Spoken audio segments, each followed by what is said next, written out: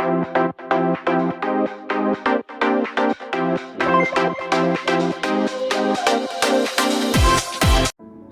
kepada para sahabat Raku Channel, semoga dalam keadaan sehat. Pada kesempatan kali ini saya mau membagikan ide tentang persiapan sebelum menikah. Semoga apa yang bisa saya sampaikan bisa di-share kepada teman-teman anak-anak muda yang mau menikah. Persiapan penting yang saya rangkumkan berdasarkan pengalaman di dalam berjemaat. Tentu banyak pendeta, banyak pimpinan jemaat yang punya cara tersendiri untuk mengingatkan anak-anak muda di dalam mempersiapkan dirinya sebelum masuk ke dalam jenjang pernikahan. Saya coba untuk menyampaikan apa yang saya tahu, kiranya bisa membantu kita. Yang pertama, prinsip dasarnya bahwa anak-anak dilarang menikah. Yang masih anak-anak dilarang menikah. Orang dewasa yang menikah. Tentu kita diingatkan bahwa bedanya anak-anak dengan orang dewasa adalah tingkat pengetahuannya mengenai tugas dan tanggung jawabnya, apa tujuan hidupnya dan upaya atau strategi yang bisa dirancangnya di dalam mengatasi masalah. Itu mungkin perbedaan mendasarnya. Kemudian masuklah kita ke dalam pertimbangan yang harus dibuat oleh kedua pasangan. Di sini saya akan bacakan saja ya. Pertama, apakah pasangan sudah terus terang satu sama lain? Apakah ada kelemahan kalian yang kalian tutupi? Misalnya sebenarnya biasa merokok berat ya, konsumsi narkoba, ada nggak orang yang dibenci, musuh ada nggak? Baru apakah kalian punya bau badan atau masalah di telinga, ada tungki, itu kan tungki. Saya nggak tahu apa itu, tapi ada kotoran, harus jujur lah. Adakah kebiasaan buruk yang susah hilang, misalnya kebiasaan nonton video ya XXXX, atau bahkan kebiasaan makan cemilan malam-malam, malas mandi dan sebagainya, harus jujur. Apakah ada kecanduan, misalnya mabuk judi, nonton drakor pun itu bisa jadi masalah. Kemudian selanjutnya, apakah sudah jujur tentang keuangan? Berapa tabungan yang dimiliki? Apakah ada hutang dengan orang lain? Apakah ada hutang orang lain kepada Anda?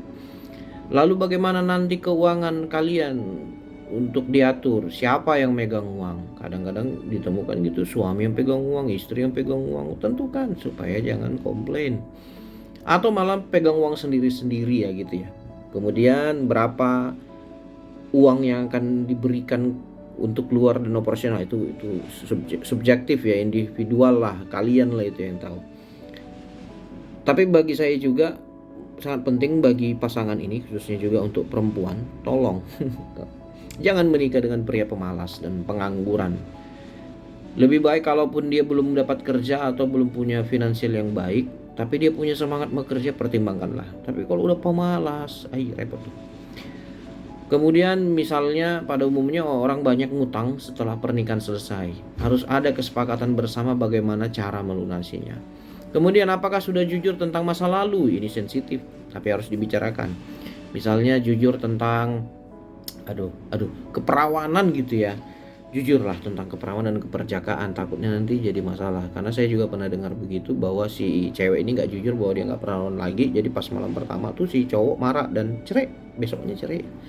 Artinya jujurlah, jangan juga ada kesan untuk menjebak katanya begitu ya. Tapi jujur aja supaya tidak jadi masalah. Kemudian sudah beres dengan mantan, teleponnya udah dihapus, jangan disimpan-simpan. Kemudian disepakati juga bagaimana membagi perhatian kepada keluarga masing-masing. Misalnya kalau ada anggota keluarga yang pinjam uang, bagaimana sistemnya? Saran saya, dia silang.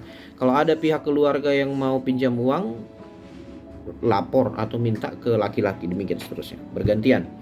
Kemudian diatur juga, bicarakan bila Tuhan berkati kalian punya anak, siapa nama anaknya, siapa yang memberi nama anaknya itu. Kadang-kadang ada banyak suami yang keberatan kalau nama anaknya diberikan oleh orang tua pihak perempuan, demikian sebaliknya, jadi masalah. Atau nanti kalau kalian punya anak, siapa yang ngerawatnya? Perlukah kita sewa babysitter ya? Kalau kaya uang cocok, tapi kalau tidak ada, siapa yang merawat? Orang tua kita kah? Pada dasarnya saya beranggapan bahwa suami istri itulah yang harus berjuang dulu ngurus anak. Kalaupun ada orang tua yang mau membantu, itu sifatnya relawan lah kalian, namanya orang tua kita gitu kan. Jangan sampai kita memaksanya orang tua itu kan punya keterbatasan usia, tenaga. Jangan kita malah merepotkan mereka. Tapi kalau mereka suka relawan membantu ya mungkin silakan. Atau kecuali orang tua tinggal sama kita gitu kan. Kemudian kalau orang tua sakit bagaimana kalian menghadapinya? Apakah ditentukan pembiayaannya, diatur lah ya. Kemudian harus dirawat di mana? Jika pasangan belum punya rumah juga bagaimana kalian? Apa tinggal di rumah orang tua? Dan bagaimana mengatasi hal itu? Saran saya memang jangan lama-lama lah tinggal di rumah orang tua atau mertua, banyak kendalanya. Kayaknya lebih terhormat juga ya kok kita bisa mendapatkan rumah kita sendiri, tapi itu kan penuh perjuangan. Kemudian bagaimana kalian menghadapi orang ketiga, yaitu tadi orang tua atau mertua. Bagaimana kesepakatan kalian? Lalu bagaimana pembagian tugas sebagai suami dan istri? Sampaikan saja aturan bersama, misalnya kapan kita makan bersama, kapan liburan dan sebagainya, itu bisa diatur lah. Idealnya bahwa cinta kasih yang ada pada pasangan itu membuat mereka ingin berkomunikasi ya, harusnya begitu. Lalu bagaimana menghadapi konflik dari luar, misalnya kalau ada orang melempar isu perselingkuhan, isu lainnya, bagaimana kalian membangun kepercayaan masing-masing ya? Tentunya ngomong, mau mendengar, jangan judge, jangan menghakimi langsung, sabar dulu. Sebagai orang Batak, bagaimana Anda membangun hubungan dengan keluarga lain? Misalnya mau nggak masuk punguan atau masuk komunitas STM dan lain sebagainya, tentukan. Mungkin ini yang paling mendasar. Bagaimana kerohanian keluarga?